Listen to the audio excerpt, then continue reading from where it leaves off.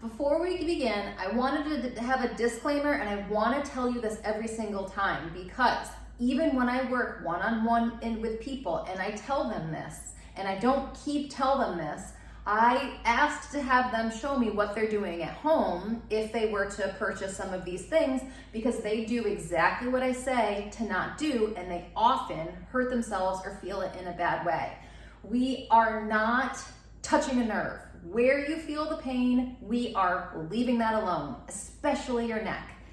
Yes, you feel it in your nerve because that's where the nerves are. But what this course is designed to do is to trace muscle connective tissue, which helps the muscle communicate, which is then going to pull the bones around, and then the bones typically are around the nerves. So we're trying to take the pressure off of the bones that are on the nerves. We're not digging into where there's pain.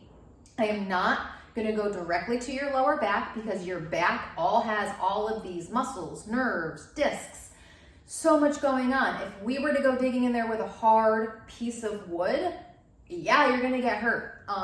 Also, if you're someone with osteoporosis, you probably wanna work with a ball more, or even something like a towel.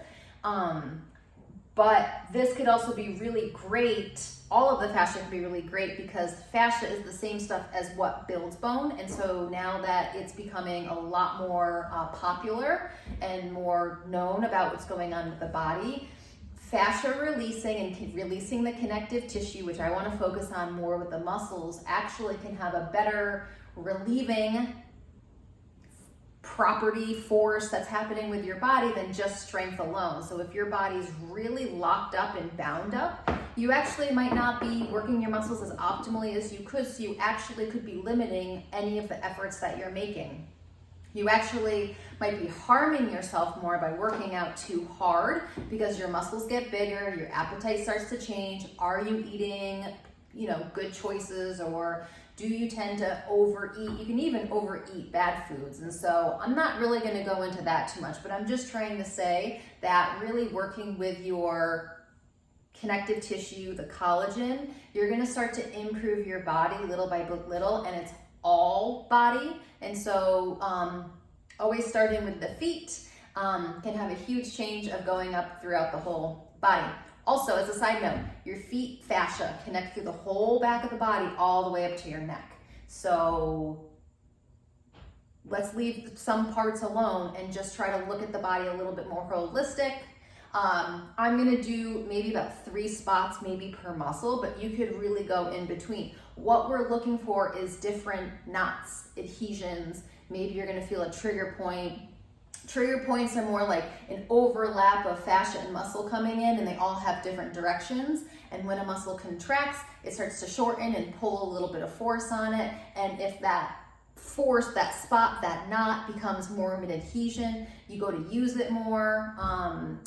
It can be where the trigger point is. It also might not be where the trigger point is. It's kind of like if your shirt's gonna wear a hole in it because of overuse, where is that gonna be? Is it gonna be the shoulders? Is it gonna be the waist? We don't really know. And we really don't know what we're unlocking.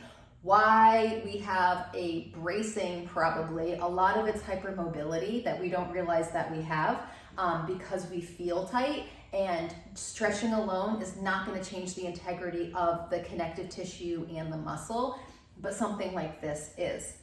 So be still, breathe. Even if you don't move, you might still feel the movement going into the fascia, the connective tissue of the melting. You might feel that transformation from something more stiff and fibrous to something a little softer.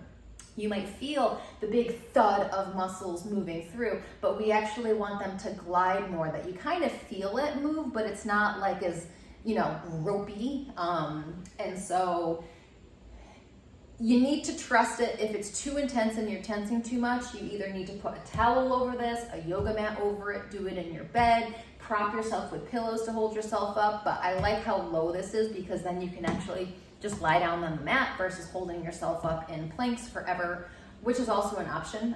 But don't roll and go after nerves. You want to look at how the connective tissue is affecting the muscles, is moving the bones, that's affecting the nerve. So less is more, less movement, more breath, less pain from the nerves, because pain can often be tightness, and tightness we can do something about, pain often we can't. And so if you're in that mindset of wanting to do something on your own, I hope this course is going to help you. But I just wanted you to remember this each time. Don't roll around. Be still.